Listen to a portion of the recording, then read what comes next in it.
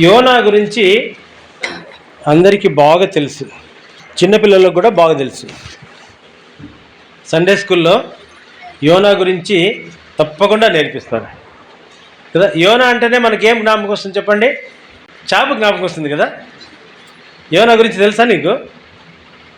ఏం జ్ఞాపకం వస్తుంది యోనా అంటే? మనకు కొన్ని కొండ గుర్తులు ఉన్నాయి. అబ్రహాం అంటే ఏం జ్ఞాపకం వస్తుంది అబ్బా? ఎద్దు జ్ఞాపకం వస్తుంది, రైట్. పేతురు అంటే ఏం జ్ఞాపకం వస్తుంది అబ్బా? కోడి జ్ఞాపకం వస్తుంది. ఇస్సాక్ అంటే ఏం జ్ఞాపకం వస్తుంది అబ్బా? పొట్టేలు. యోనా అంటే చేప. ఎందుకు జ్ఞాపకం వస్తుంది చేప?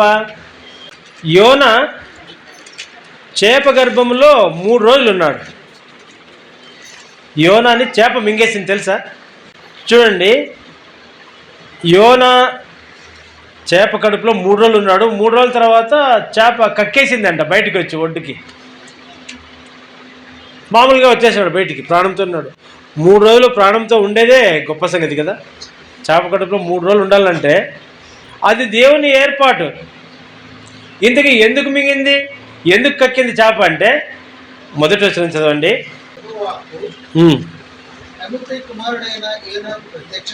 అమిత్తయి కుమారుడైన యోనాకు ప్రత్యక్షమై నీలాగు సెలవిచ్చాను.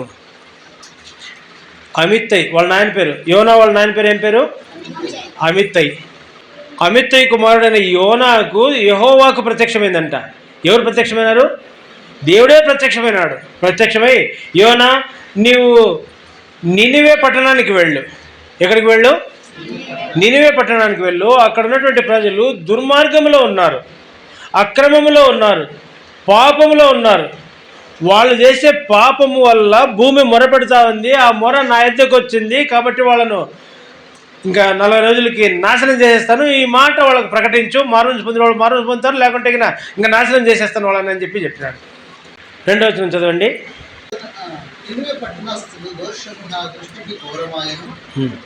కనుక నీవు లేచి నినివే మహాపట్నమునకు పోయి దానికి దుర్గతి కలుగునని ప్రకటింపుము. అయితే యెహోవా సన్నిధిలో నుండి తర్షీషు పట్టణమునకు పారిపోవాలని యోనా యొప్పేకు పోయి తర్షీషునకు ఒక ఓడను చూచి ప్రయాణమునకు కేవు ఇచ్చి యెహోవా సన్నిధిలో నిలవగా ఓడ వారితో కూడి తర్షీషునకు పోవుటకు ఓడ ఎక్కెను. చాలు.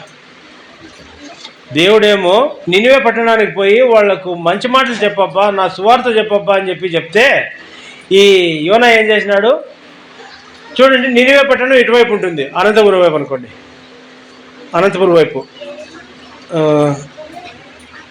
తర్షీష్ అనేది ఇటువైపు, బొళ్ళారి వైపు. అంత దూరం సముద్రం ఉంది మధ్యలో. సముద్రంలో యొప్పే అనే చోట ఓడ ఎక్కి ఆ సముద్రంలో పోయేదానికి ఓడ ఎక్కేసినాడు, తర్షీషుకు పోయేదానికి. దేవుడేమో నినివే పట్టణానికి పో అంటే యోనా తర్షీషు పట్టణానికి పోయేదానికి యొప్పే అనేటువంటి ఓడరేవుకు పోయి అక్కడ ఓడ ఎక్కినాడు, పోతా ఉన్నాడు. చూడండి, ఈ మనిషి ఎవరంట? ఆయన దేవుని భక్తుడు, అమిత్తయి కుమారుడు. దేవుని వాక్యము ప్రత్యక్షమైంది, దేవుడే ప్రత్యక్షమైనాడు. ఎవరికి ప్రత్యక్షమవుతాడు చెప్పండి? దేవుడు అందరికీ ప్రత్యక్షమవుతాడా? అందరికీ ప్రత్యక్షమయ్యేవాడైతే నినివే పట్టణస్థుల పాపము నా దృష్టికి ఘోరమైందని చెప్తున్నాడు. నినివే పట్టణస్థులకి దేవుడు పై ప్రత్యక్షమై మీరు మానవ పొందని చెప్పచ్చు కదా. చూడు, ఎవడికి పడితే వాడికి దేవుడు ప్రత్యక్షం కాడు. దేవుడు కొంతమందిని ఏర్పాటు చేసుకొని ఉంటాడు, కొంతమందిని ఆయన తన పని కొరకై నియమించుకుంటాడు. దేవుడు ప్రత్యక్షమైనాడంటే ఆ వ్యక్తిలో అంతో ఇంతో కొంత భక్తి ఉంది కదా. భక్తి ఉందా లేదా? ఆయనే చెప్పుకుంటాడు, యెహోవాయందు నేను భయభక్తులు కలిగిన హెబ్రీయుడు అని అంటాడు 9వ వచనంలో. అటువంటి వ్యక్తిని దేవుడు ఏర్పాటు చేసుకొని ప్రత్యక్షమయ్యి ఒక పని చెప్పినాడు, నువ్వు వెళ్ళి అక్కడికి వెళ్ళి వాళ్ళకు సువార్త ప్రకటించంటే. వాళ్ళు ఎంతమంది ఉన్నారు అక్కడ నినివే పట్టణంలో? నినివే పట్టణంలో చూడండి 11వ వచనం, 4వ అధ్యాయము 11వ వచనంలో. అయితే 120,000 కంటే ఎక్కువై కుడి ఎడమలు ఎరుగని జనము. చాలు. ఎంతమంది జనం అంట? 120,000 కంటే ఎక్కువ, అంటే 120,000 కంటే ఎక్కువ. 1,00,000 మంది కంటే పైనే ఉన్నారు.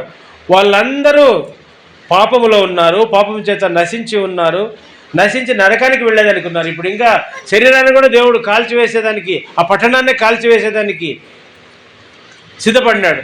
కాల్చేదానికి ముందు, వాళ్ళని నాశనం చేసేదానికి ముందు ఒక మాట తెలుపుదాం, వాళ్ళు మరణం పొందుతారేమో అని అవకాశం ఇస్తా ఉన్నాడు. ఆ అవకాశాన్ని, ఆ మాటను తెలియజేయవయ్యా అని చెప్పేసి యోనాకు చెప్తే, యోనా ఏం చేసినాడు? తర్షీషుకు పారిపోయినాడంట. ఎక్కడి నుంచి చూడండి, ఆ మాట రాయబడుతుంది 3వ వచనం. అయితే యెహోవా సన్నిధిలో నుండి తర్షీషు పట్టణంనకు పారిపోవాలని యోనా యొప్పేకు పోయి తర్షీషు ఓడ ఎక్కినాడంట. ఎక్కడి నుంచి పారిపోతున్నాడంట ఆయన? చదువు అన్నమాట మళ్ళీ ఒకసారి 3వ వచనం.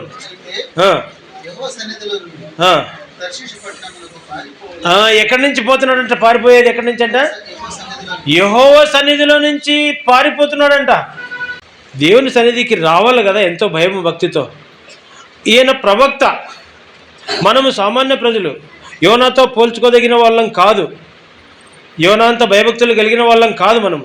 అయినప్పటికీ దేవుడు మనల్ని ఏర్పాటు చేసుకున్నాడు. అయినప్పటికీ మనము దేవుని సన్నిధికి ఆశతో ప్రేమతో రాగలిగినాం కదా, అది దేవుని యొక్క కృప. ఈ యోనా చాలా మంచివాడు. యోనా అంటే అర్థం తెలుసా?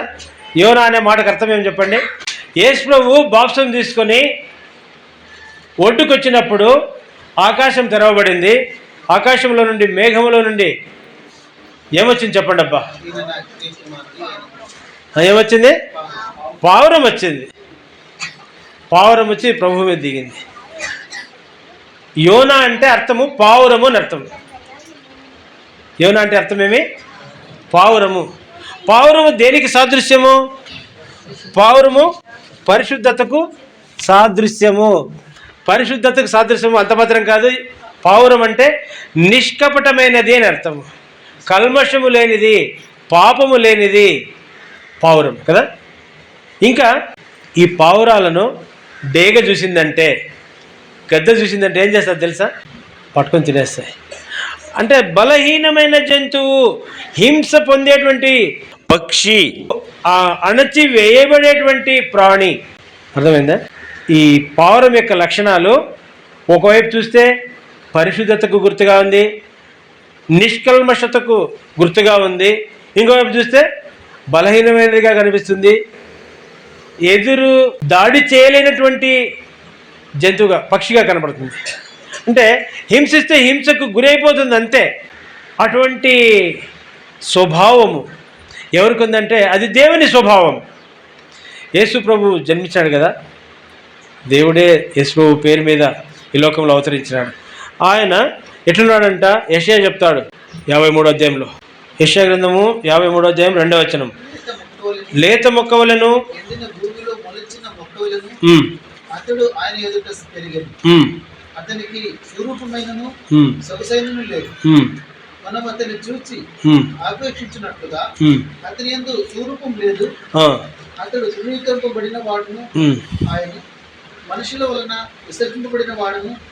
ఆయన చాలు, మనుషులు చూడలేని వాళ్ళుగా ఉన్నారు. ఇక్కడ చూస్తే ఆయన జన్మించినప్పుడు లేత మొక్కవలే, ఎండిన భూమిలో మొలిచిన మొక్కవలే అతడు మన ఎదుట పెరిగినంటాడు. అంటే పుట్టినప్పుడు సిలువ వేయబడేదానికి ముందు రోజు వరకు ఎంతో సుందరమైనటువంటి వాడు, అందమైనటువంటి వాడు. పావురం కూడా ఎంతో అందమైనది కదా.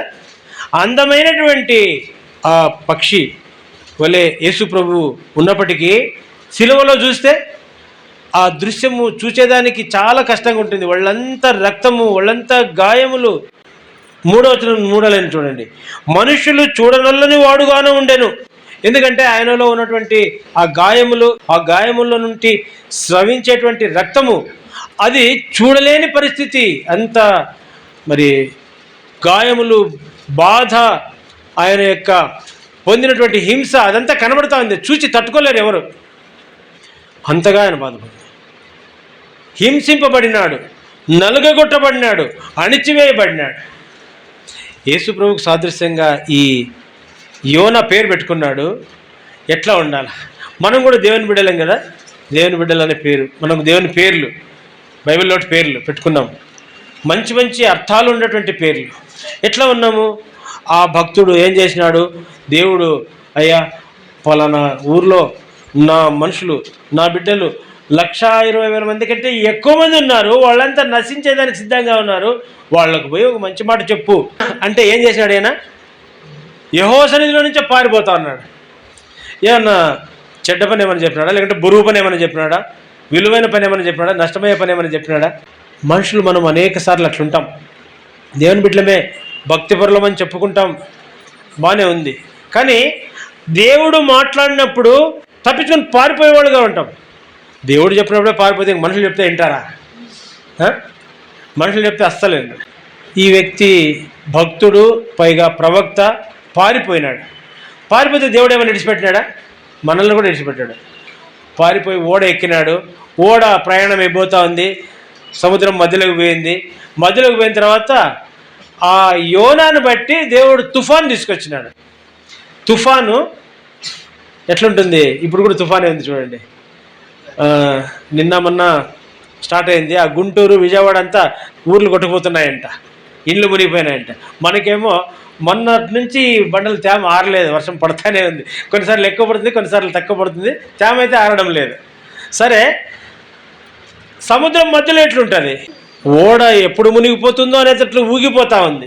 ఇంకా ఈ బరువు తగ్గించకపోతే ఎప్పుడు మునిగిపోతామని చెప్పేసి ఓడ బరువు తక్కువ చేయాలని చెప్పేసి ఓడలో ఉన్నటువంటి సామాన్లన్నీ బయటపడేస్తున్నారు, సముద్రంలోకి విసిరేస్తున్నారు ఓడవాళ్ళు. చూస్తూ ఉన్నారు. చూసి ఎందుకు వచ్చిందబ్బా ఇంత పెద్ద తుఫాను? ఎన్నేళ్ళ నుంచి మనం ప్రయాణం చేస్తున్నాము, ఎప్పుడు ఇట్లాంటి తుఫాను రాలేదు. ఎవరో మనలో పాపాత్ముడు ఉన్నాడు, ఎవడో వాడు చూడండి చూడండి అని చెప్పేసి అందరూ వెతుక్కున్నారు. అందరూ చీట్లు వేసుకున్నారు. చీట్లు వేస్తే చీటి ఎవరి పేరు మీద పడింది? యోనా పేరు మీద పడింది. యోనా ఎక్కడున్నాడు? ఎక్కడ నిద్రపోతున్నాడు? ఓడ అమరములోనికి పోయి కింద నిద్రపోతున్నాడు ఆయన. వెతకరాని రా ఎడన్నాడా అని చూస్తే పోయి పండుకున్నాడు ఆయన. అప్పుడు అంటాడు ఓడ నావికులు, పోయి నిద్రపోతా, లేయి, ఏమొచ్చింది నీకు? లేచి నీ దేవుణ్ణి ప్రార్థన చేయి, మనం మునిగిపోయే పరిస్థితుల్లో ఉన్నాం, తుఫాన్ తీవ్రంగా ఉంది అని చెప్తే ఏమన్నా ప్రార్థన చేసినాడా? ఆయన ఏం చేయాల్సిందే? అక్కడికి పోయి ప్రార్థన చేయాల్సిందే, నినివేకి పోయి సువార్త ప్రకటించాల్సిందే. ఇక్కడ ఏం చేసినాడు? నిద్రపోతున్నాడు. ప్రార్థన చేయకపోగా గొప్పలు చెప్తున్నాడు. ఎవడా నువ్వు? ఎక్కడి నుంచి వస్తున్నావు? ఎక్కడికి పోతున్నావు? ఏం నీ కథ చెప్పమంటే 9వ వచనం చదవండి. యోనా 1:9. నేను హెబ్రీయుడను,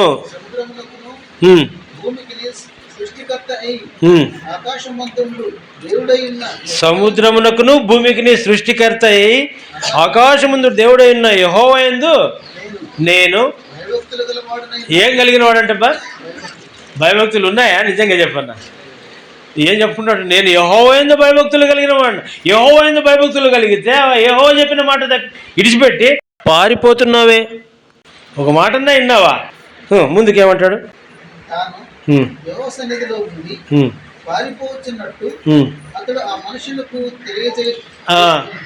చెప్పినాడు, బాగానే ఉంది. ఇంత చెప్పి ఇప్పుడు ఏం చెప్తున్నాడు? నేను యెహోవా సన్నిధిలో నుంచి పారిపోతున్నాను అంటాడు. నన్ను బట్టే ఈ తుఫాన్ వచ్చింది అంటాడు. ఎవరిని బట్టి అంట? మీరేం భయపడదండయ్యా, నన్ను బట్టే ఈ తుఫాన్ వచ్చింది, నన్ను బట్టే దేవుడు తుఫాన్ పెట్టినాడు. ఆయనకు అది కూడా తెలుసు చూడు. అంటే భయభక్తులు కలిగినోడే, భయభక్తులు కలిగినోడు, జ్ఞానం కలిగినోడు, దేవుని చిత్తాన్ని తెలుసుకున్నాడు, కానీ తప్పు చేస్తున్నాడు. మనం కూడా అనేక సార్లు తెలిసి అన్నీ తెలిసి తప్పు చేస్తాం లేదా? ఇది చేయకూడదని చాలామందికి చెప్తాము, అదే చేస్తాం. పైగా భక్తి పరులు అని చెప్పుకుంటాం. పక్కనుండే వాళ్ళు ఏమనుకుంటారు? ఏమరా నువ్వు ఇంత అధ్వానంగా బతుకుతున్నావు అని వాళ్ళు అన్యులు ఈయన గురించి దూషిస్తూ ఉన్నారు దేవుణ్ణి.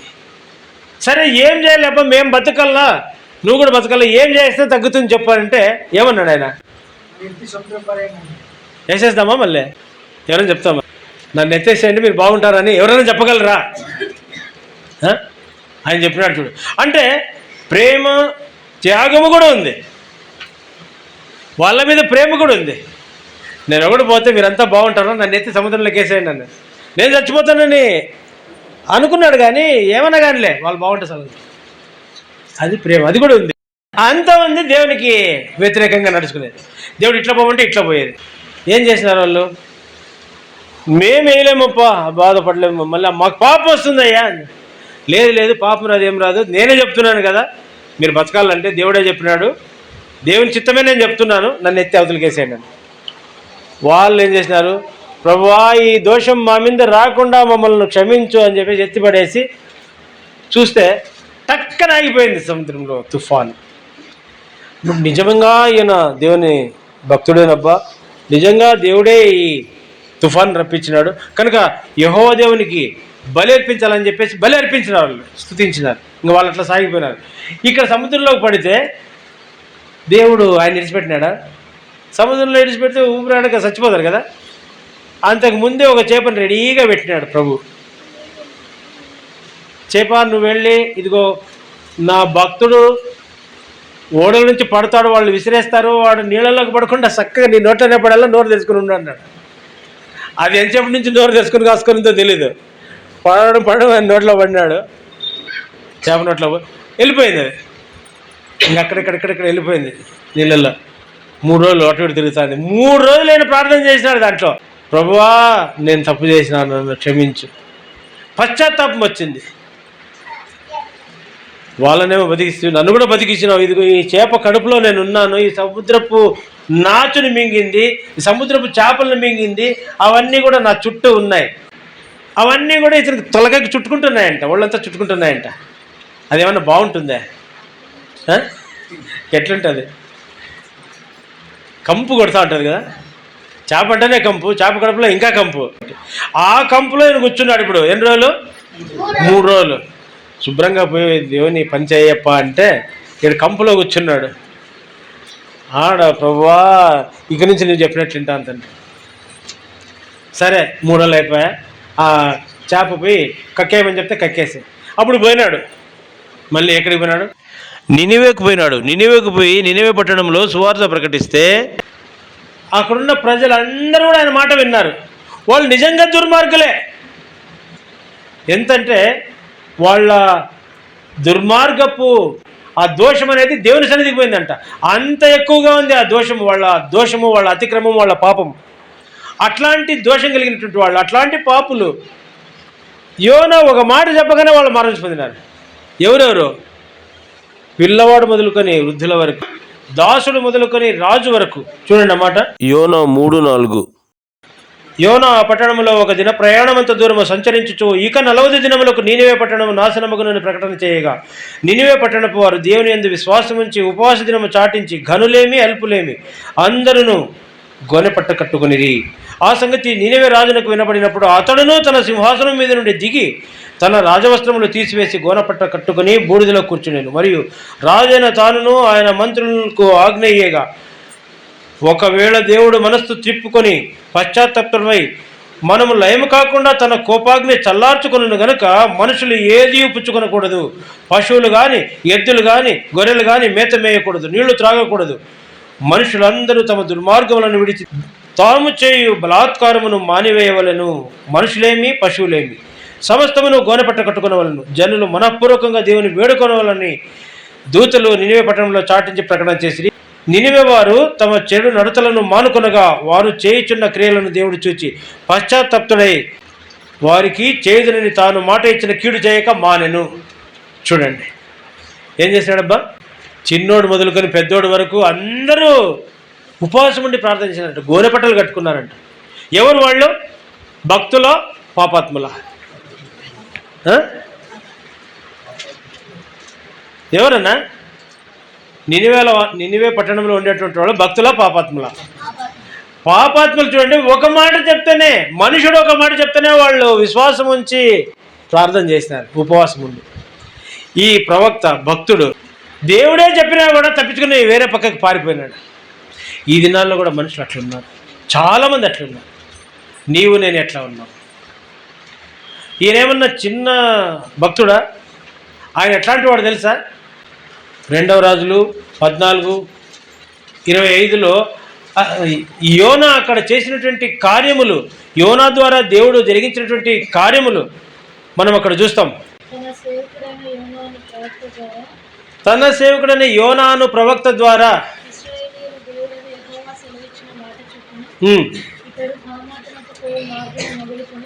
హమాతునకు పో మార్గం మొదలుకొని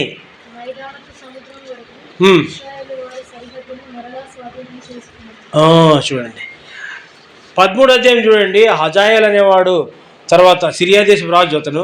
ఈ ఐగుప్తీయులు ఒక్కొక్కరు వచ్చి ఇజ్రాయెల్ ప్రజలను అణచివేస్తూ ఉంటే, ఇజ్రాయెల్ ప్రజలను స్వాధీనం చేసుకొని వాళ్ళను హింసిస్తూ ఉంటే యోనా ద్వారా దేవుడు వాళ్ళని రక్షించినాడు. యోనా ద్వారా తిరిగి దానిని స్వాధీనం చేసుకున్నాడు. ఇజ్రాయెల్ ప్రజలకు నెమ్మది కలగజేస్తూ ఉన్నాడు. అటువంటి ఈ యోనా తండ్రి పేరు ఏం పేరు? అమిత్తయ్. తల్లి ఎవరో తెలుసా? యోనా చరిత్ర చూడండి. ఆయన బాల్యం గురించి కూడా బైబిల్ గ్రంథంలో వ్రాయబడింది. 1వ రాజులు 17 అధ్యాయం చూడండి.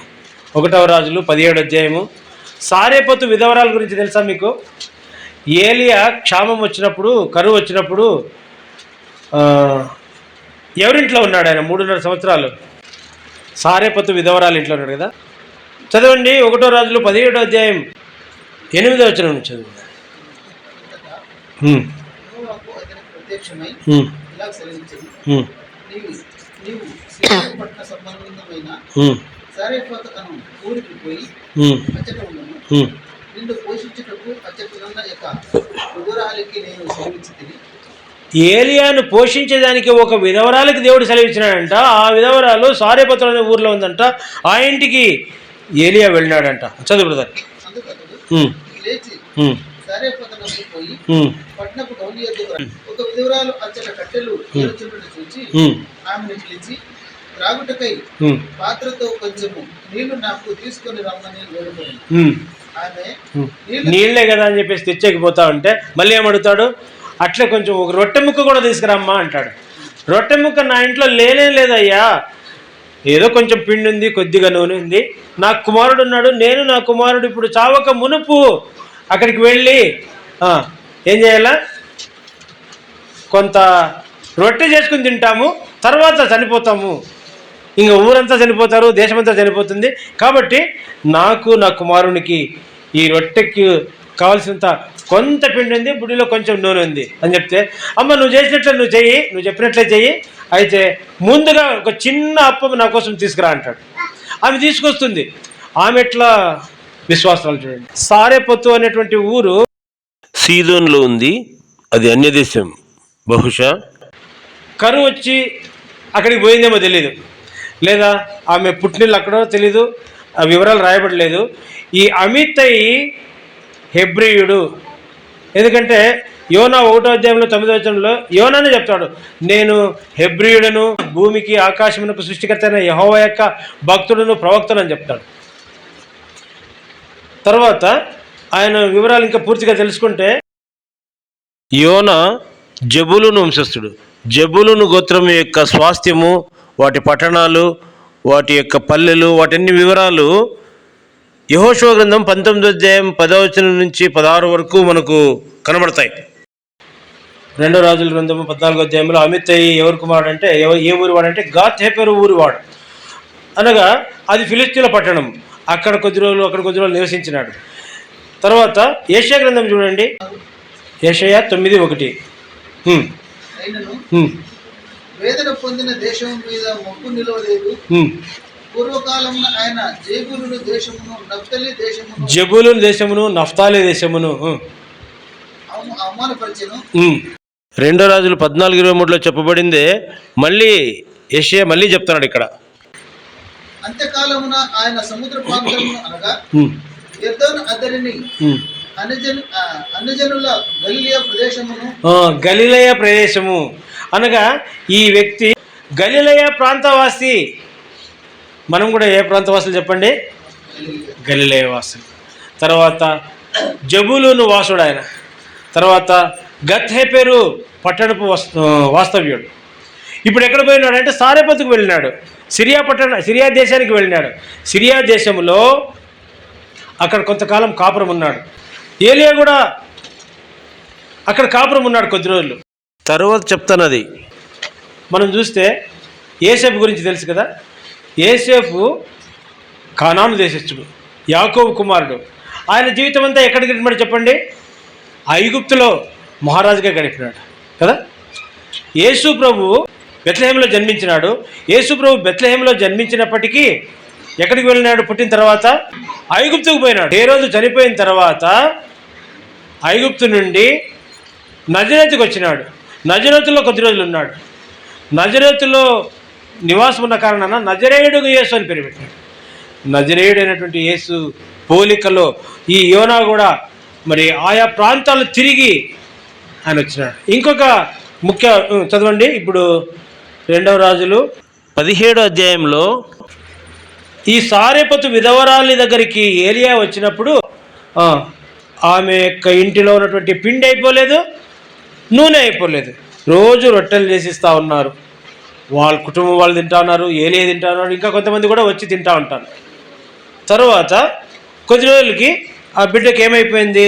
1వ రాజులు 17:17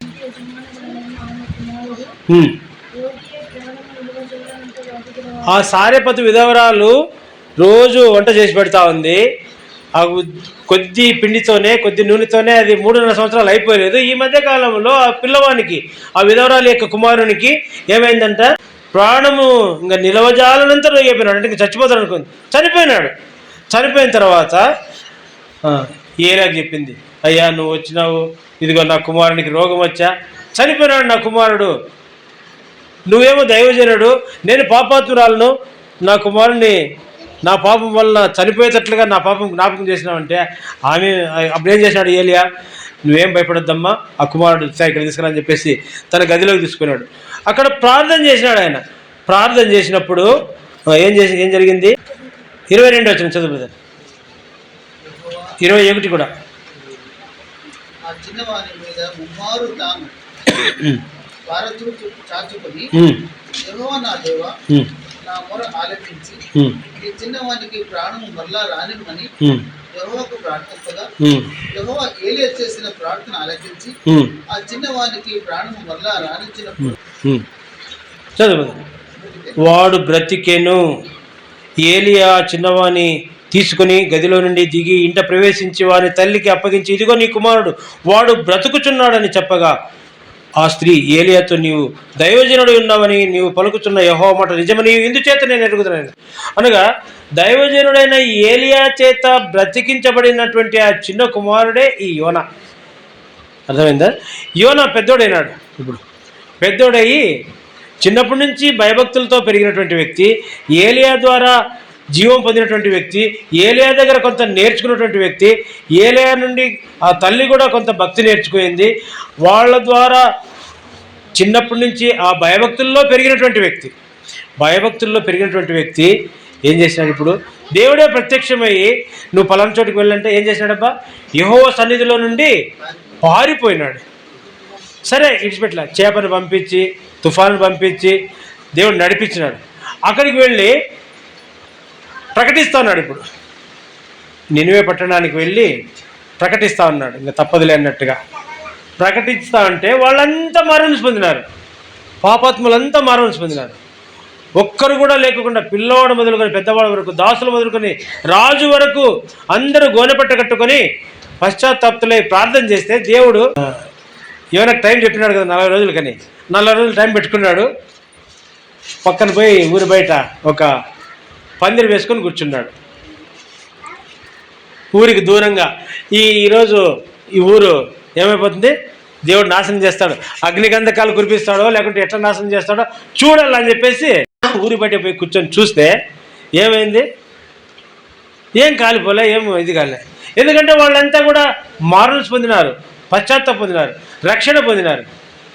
ఈయనేమో దానికి నాశనం కావాలని నేను ప్రకటన చేసినాను కదా, ముందే దేవుని గురించి తెలుసు. ఎందుకు పారిపోయినాడు చెప్పండి? ఆయన తర్షీష్కి, నినివేకి పోమంటే తర్షీష్కి ఎందుకు పారిపోయినాడంటే ఈ దేవుడేమో నినివే పట్టణస్థుల పాపము దోషము ఎక్కువైంది, అది నా సన్నిధికి వచ్చింది కాబట్టి వాళ్ళని నాశనం చేస్తాను, నువ్వు వెళ్ళి వాళ్ళకు ప్రకటన చేయని చెప్తే ఈయన అక్కడికి పోకుండా తర్షీష్కి పారిపోయినాడు. ఎందుకబ్బా అంటే దేవుడు ప్రకటన చేసినాడు. ఇప్పుడు నేను పోయి దేవుని మాట వాళ్ళకి చెప్తాను, వాళ్ళు మారుమనసు పొందుతారు, వాళ్ళ రక్షణ పొందుతారు, వాళ్ళు ఇంకా నాశనం కారు. దేవుడు ఇంకెట్లా శాంత స్వరూపుడే, దేవుడు దయగలిగిన వాడే, ఎవరిని ఇంకా నాశనం చేయడు. కాబట్టి నేను పోయేది ఎందుకు, నేను చేసేది ఎందుకు, అదంతా ఏం జరగదు అని చెప్పి ఇట్లా పోయినాడు. అన్నమాట చెప్తాడు చూడండి, ఇట్లా జరుగుతుందని నేను ముందు అనుకుంటుంది కదా అంటాడు. 3వ అధ్యాయం 10వ వచనం చదువు బ్రదర్. ప్రకటన చేస్తే నినివే వారు తమ తమ చెడు నడతలను ఉమ్, మానుకొనగా ఉమ్, వారు చేయుచున్న క్రియలను దేవుడు చూచి ఉమ్, పశ్చాత్తాపుడై ఉమ్, వారికి చేయదునని తాను మాట ఇచ్చిన కీడు చేయక మానెను. ఉమ్. దేవుడేమో మానేసినాడు, వీళ్ళంతా క్షేమంగా ఉన్నారు, ఇంకా కీడు రాలే, వాళ్ళకి నాశనం కాలే. ఇప్పుడు ఈయన హృదయం ఎట్లా చూడండి, యోనా ఎట్లున్నాడు. 4వ అధ్యాయం 1వ వచనం. ఈయన దీన్ని చూచి బహు చింతాక్రాంతుడై కోపగించుకొని యెహోవా నేను నా దేశమందుండగా ఇట్లు జరుగునని నేను అనుకుంటుంది కదా. చూడండి, యోనాకి ఏమొచ్చిందప్ప, ఇప్పుడు కోపం వచ్చిందంట, చింత వచ్చిందంట. వాళ్ళు బాగుపడినారంటే వాళ్ళకి నాశనం రాలేదంటే సంతోషం కావాలి కదా.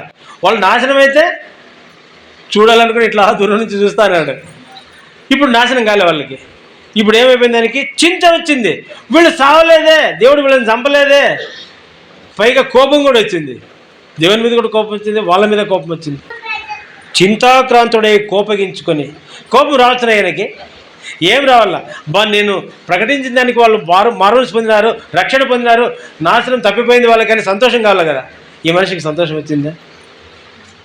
మనుషులు అనేక మంది ఈ దినాల్లో కూడా అట్లా వాళ్ళు ఉన్నారు, కోపగించుకునేవాళ్ళు. ఎవడన్నా బాగుంటే వాళ్ళని చూసి కోపగించుకునేవాళ్ళు, ఎవడన్నా బాగుంటే వాళ్ళని చూసి చింతపడే వాళ్ళు ఉంటారు, ఉన్నారా? మనలో ఉండకూడదు అది. యోనా దేవుని పోలికలో, పావురపు పోలికలో ఉన్నాడు, కానీ ఇట్లాంటి 2 లక్షణాలు ఉన్నాయి, చింత తర్వాత కోపము. మనుషులకు మనకు మొట్టమొదటి వచ్చేది ఏందబ్బా అంటే కోపమే. కోపం మనకు రాకూడదు, దేవుని బిడ్డలకు అస్సలు కోపం రాకూడదు. తర్వాత దేవుడు వచ్చి, ఏమయ్యా నువ్వు అంతగా కోపగించుకుంటావు, నువ్వు కోపగించుకో తప్ప అంటే చదువు బ్రదర్. అందువల్లనే నీవు కటాక్షమును జాలియును బహుశాంతమును అత్యంత కృపయు గల దేవుడివై ఉండి పశ్చాత్తాపడి కీడు చేయక మానదువని నేను తెలుసుకొని దానికి ముందుగానే తర్షీషునకు పారిపోతుంది. అది నువ్వు కీడు చేయవు అని చెప్పేసి నాకు ముందే తెలుసు, అందుకే పారిపోయినానని చెప్తాడు, దేవునికే చెప్తాడు. కాబట్టి ఇప్పుడు ఏమంటాడు, నేను బతికేదానికంటే సత్యది వేలు అంటాడు.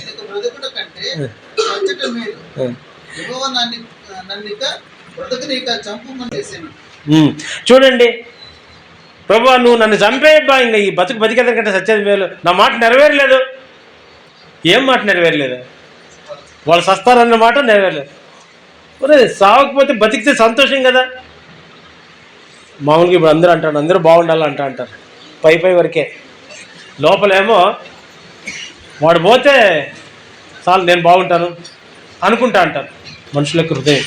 ఇతని కూడా అట్లే చూడండి, భక్తుడైనాడు, చిన్నప్పటి నుంచి భయభక్తుల్లో పెరిగినాడు, ప్రవక్త అయినాడు, అయినా కూడా అతని హృదయంలో అట్లుంది. ఇప్పుడు ఇతని కంటే అన్నిలో మేలైపోయినాడు, మారుచి పొందినారు, దేవుని మాట విన్నారు. దేవుని మాట కాదు, వాళ్ళు మానవుని మాటే విన్నారు. మనం దేవుని మాట వినకపోతే ఎట్లా? ఇంకోసారి కూడా కోపగించుకున్నాడు. చూడండి 5వ వచనం. యోనా పట్టణం నుండి పోయి తూర్పు తట్టున బస చేసి అచ్చట నుండి అచ్చట పందిలి ఒకటి వేసుకుని పట్టణంలో ఏమి సంభవించినో చూచేదనని ఆ నీడను కూర్చొని ఉండగా దేవుడైన యెహోవా సొరచెట్టు ఒకటి ఏర్పరిచి. ఇప్పుడు ఇంకోటి చూడండి, ఏం జరుగుతుందో చూడాలని చెప్పేసి ఊరు బయటికి పోయి చూస్తా ఉన్నాడు. పందిరి వేసుకున్నాడు, 4 కట్టలు పెట్టుకొని పైన ఏదో ఆకులు ఎండిపోయినట్టు ఇవి. ఈ యోనా కోపగించుకుని పోయి కూర్చున్నాడు. అతనికి ఎండ తగలకూడదు, ఎండ తగిలితే ఇంకనంత పాపం మెత్తగేస్తాడని చెప్పేసి దేవుడు ఏం చేసినాడు, సొర చెట్టు ఒకటి కింద వేసినాడు. ఆ సొర చెట్టు టగటగా ఎక్కి ఆ పందిరి మీద అంతా ఫుల్ కప్పుకుపోయింది, నీడొచ్చేసింది. నీడొచ్చి ఎంత బాగుంది, హాయిగా ఉంది, చల్లగా ఉంది, ఎంత ఎండ కొడతా ఉండే అనుకొని సంతోషిస్తాడు. సంతోషించే సమయంలో మళ్ళీ దేవుడు తూర్పు గాలిని పట్టించుకుంటాడు. ఇప్పుడు మళ్ళీ ఆ సొర చెట్టు మీద చూడండి కోపగించుకుంటాడు. 7, 8 చదువు కదా. మరుసటి ఉదయం ముందు దేవుడు ఒక పురుగును ఏర్పరచగా అది ఆ చెట్టును తొలిచినందున మరియు ఎండ కాయగా దేవుడు వేడిమి గల తూర్పు గాలిని రప్పించింది. యోనా తలకు ఎండ దెబ్బ తగులగా అతడు సొమ్మసిల్లి బ్రతుకుట కంటే చచ్చుట నాకు మేలనుకొనెను. చూడండి, చచ్చుట నాకు మేలనుకున్నాడు. తర్వాత దేవుడు ఇప్పుడు మాట్లాడుతున్నాడు, ఏమయ్యా నువ్వు ఎంత అన్యాయంగా చూస్తున్నావు, అప్పుడేమో వాళ్ళ మీద కోపగించుకుంటువి, ఇప్పుడేమో ఈ చెట్టు మీద కోపగించుకుంటున్నావు, ఏం న్యాయం నీకు అని అడుగుతున్నాడు. చదువు బ్రదర్. నీవు కష్టపడకుండా పెంచకుండా ఒక రాత్రిలోనే పుట్టి పెరిగి ఒక రాత్రిలోనే కానీ వాడిపోయిన ఈశ్వర చెట్టు విషయంలో నీవు విచారపడుచున్నావే. అయితే 120,000 కంటే ఎక్కువ. 9వ వచనం చదువుదా. అప్పుడు దేవుడు, ఈ సొర చెట్టు గురించి నీవు కోపించుట న్యాయమా అని యోనాను అడుగగా, యోనా ఏమంటాడు? మనల్ని అడిగితే ఏమంటాము? కోపగించుట న్యాయమా? మనకు తెలుసు కదా. యోనాకి ఎక్కువ తెలుసా, మనకి ఎక్కువ తెలుసా?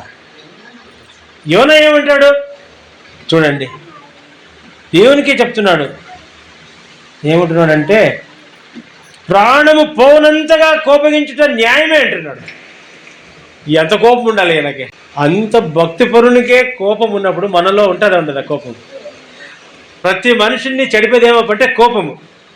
మనకు నష్టం ఏదో ఎక్కడి నుంచి వస్తుందంటే, పద్యం కూడా చెప్తారు కదా, నేను చిన్నప్పుడు చెప్తా ఉంటే, తన కోపమే తనకు శత్రువు.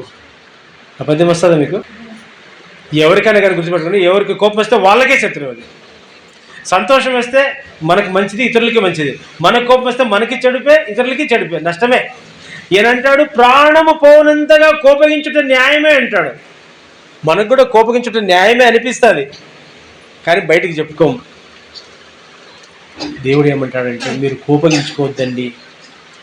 కోపము అది దేవుని నీతిని నెరవేర్చదు అంటాడు. చూడండి, యాకోబు పత్రిక 1వ అధ్యాయం 20వ వచనం చూడండి. ఎందుకనగా నరుని కోపము దేవుని నీతిని నెరవేర్చదు. చూడండి, ఈయన కోపం వస్తే దేవుని యొక్క నీతి ఎట్లా? అందరూ బాగుండాలి, అందరూ క్షేమంగా ఉండాలని. అది నెరవేరదు. దేవుడు కూడా ఇతనితో పాటు కోపగించింటే వాళ్ళు కూడా చచ్చిపోతారు. నినివే వాళ్ళంతా బతికినారంటే దేవుని యొక్క నీతి, మనుషుని యొక్క నీతి వాళ్ళందరూ సావాలని. కనుక దేవుని నీతి వేరు, మనుషుని నీతి వేరు. దేవుని నీతి నెరవేర్చాలంటే మనము కోపగించుకోకూడదు. 1 తిమోతి రాసిన పత్రిక చూడండి, 1 తిమోతి 2వ అధ్యాయం 8వ వచనం. 1 తిమోతి 2:8. అక్కడ కూడా చెప్తాడు, మీరు ప్రార్థన చేసేవాళ్ళు, మీరు భక్తులు కాబట్టి మీకు ఏముండకూడదు? కోపం ఉండకూడదు, సంశయం ఉండకూడదు, పవిత్రమైన చేతులు ఉండాలా, పవిత్రమైన చేతులు ఎత్తి ప్రార్థన చేయాలంటాడు. చదవండి, 1 తిమోతి 2:8. ప్రతి స్థలంలో, గలిలయలో కానీ, జబులూన్లో కానీ, ఇంకో చోట కానీ, ఇంటి దగ్గర కానీ, పొలంలో కానీ, ఎక్కడైనా సరే ప్రార్థన చేసేటప్పుడు ఎట్లుండాలంట? పురుషులు కోపం మానల్లా, సంశయం మానల్లా, కోపం లేనివారై, సంశయం లేనివారై పవిత్రమైన చేతులు ఎత్తి ప్రార్థన చేయాలంట. మొట్టమొదటి ఏం చెప్తున్నాడు? పవిత్రమైన చేతులు తర్వాత వస్తాయి. మొదట కోపం ఉండకూడదు. ఎవరి మీద కోపం ఉండకూడదు, దేని మీద కోపం ఉండకూడదు, ఎప్పుడు కోపం ఉండకూడదు. అప్పుడు ప్రార్థన చేస్తే దేవుడు మీకు దేవుని నీతిని నెరవేర్చేటట్లుగా బలం ఇస్తాడంటాడు. తర్వాత కొలస్సీయులకు రాసిన పత్రిక చూడండి, 4:6 చదవండి. ప్రతి మనిషినికి అది మీరు తెలుసుకున్నట్లై మీ సంభాషణ ఉప్పు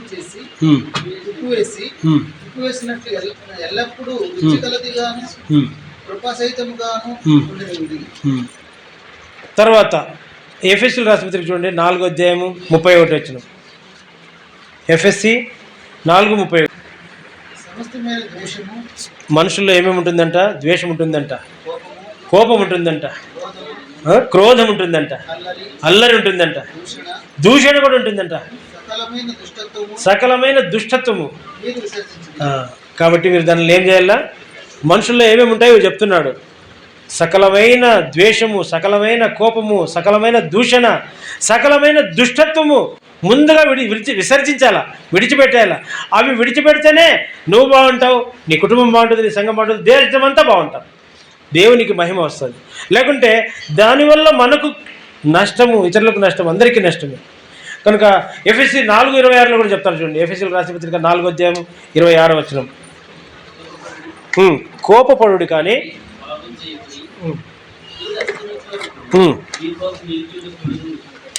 దేవుడు చెప్తాడు, కోపం వస్తుంది మానవులకి, ఎందుకంటే రక్త మాంసాలు ఉంటాయి. కోపం వస్తే దాన్ని ఏం చేస్తాలో కంట్రోల్ చేసుకోవాలా. పాపం చేయకూడదు, కోపపడుడు కానీ పాపము చేయకూడదు. పాపం ఎప్పుడు వస్తుంది? కోపం వచ్చినప్పుడు దాన్ని నిగ్రహించుకుంటే పాపం ఏం రాదు. కోపం ప్రతి ఒక్కరికి వస్తుంది, రక్తంలో పొంగుతూ ఉంటుంది. దాన్ని కంట్రోల్ చేసుకుంటే మాట మాట్లాడము, చెడు మాట మాట్లాడము, కోపంతో గద్దించము, కోపంతో ఇంకొక పని ద్వేషం రాదు. కోపాన్ని కంట్రోల్ చేసుకుంటే పాపం వాటికి కంట్రోల్ అయిపోతుంది. పాపము చేయకుండా ఆగుతాం. కనుక కోపపడు కానీ పాపము చేయకుడి. ఇంకేమంటాడు? ముఖ్యమైనది ఎప్పటి వరకు ఉండాలంటే కోపం వచ్చినప్పుడు వెంటనే దాన్ని ఏం చేయాల? బీపీ వస్తే ఏం చేస్తారన్న? మాత్ర వేసుకుంటారు, డాక్టర్ దగ్గరికి పోతారు. షుగర్ వస్తే మాత్ర వేసుకుంటారు, జ్వరం వస్తే మాత్ర వేసుకుంటారు కదా. దానికి విరుగుడు వెంటనే ఏదో ఒకటి చూసుకోవాలి. దేవుని సన్నిధికి వచ్చి మొరపెట్టుకుంటే ప్రభా నన్ను క్షమించంటే తీసేస్తాడు. మీ కోపము సూర్యుడు అస్తమించే వరకు నిలిచి ఉండకూడదు. బీపీ వచ్చింది అనుకోండి, మాత్ర వేసుకోకపోతే ఏమవుతాడన్నా? ఏమవుతుంది?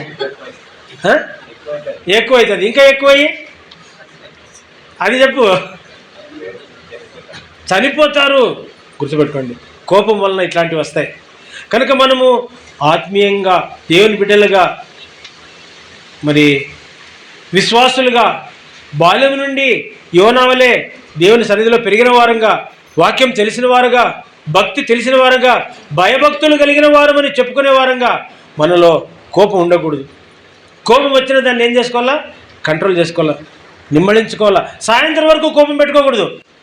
కొంతమంది ఆ పక్క పోతే తాడపత్రి, కడప పక్క పోతే కోపము, పగ చాలా రోజులు ఉంటాయి. దినదినాలు, నెలలు, సంవత్సరాలు కోపం ఉంటుంది వాళ్ళల్లో. అది దేవుని బిడ్డలకు తగినది కాదు. మనుషులు స్వభావసిద్ధంగా కోపం ఉంటుంది, కానీ దేవుని బిడ్డలు అట్లా ఉండకూడదు. దేవుని బిడ్డలు దేవుని స్వభావము, దేవుని ప్రేమ, దేవుని నీతి, దేవుని యొక్క దయ కలిగి ఉండాలి. కోపం వచ్చినప్పుడు దాన్ని విడిచిపెట్టాలి. ఎట్లయినా సరే సాయంత్రం లోపల దాన్ని తీసివేసుకోవాలి. లేకపోతే మనకే నష్టము, ఇతరులకి అది నష్టము, దేవునికి అవమానం. మనము మరి యోనాను చూసుకున్నాము. యోనా ఎట్లాంటి వాడంట? యేసుప్రభు పోలికతో ఉన్నాడంట. ఆయనలోనే అట్లున్నాయి.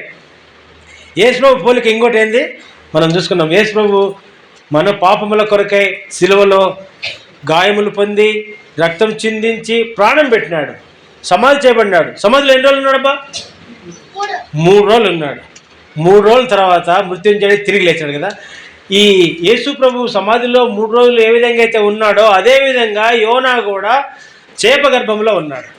చేప గర్భంలో ఎన్ని రోజులు ఉన్నాడు యోనా? 3 రోజులు ఉన్నాడు. కనుక యేసుక్రీస్తు ప్రభువుకు సాదృశ్యంగా ఆయన ఉన్నాడు.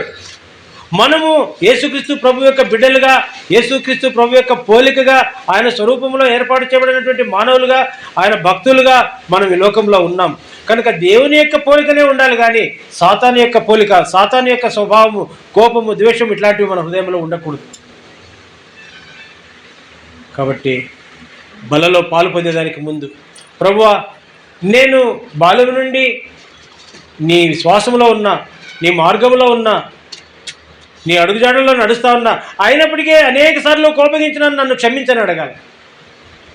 అనేక సార్లు ద్వేషం కలిగి ఉన్నా నన్ను క్షమించు అని అడగాలి. ఎన్నెన్నిసార్లు ఎవరెవరి మీద కోపగించుకున్నామో మనకే తెలుసు, ఎవరికి తెలియదు. అది ముఖంలో కోపం కనపడుతుంది, కానీ ఎవరి మీద కోపమో, ఎందుకు కోపమో తెలియదు. ఎవరికి కోపించుంటుందో వాళ్ళకే తెలుసు. టక్కన ఎవరైనా ఎదురొస్తారనుకో, వాళ్ళు కోపంగా ఉంటారు. ఏమి మనిషి ఇంత కోపంగా ఉన్నాడు అనిపిస్తుంది మనకి. కోపంగా ఉన్నాడని తెలుస్తుంది కదా. ఎవరి మీద కోపమో తెలుస్తుందా?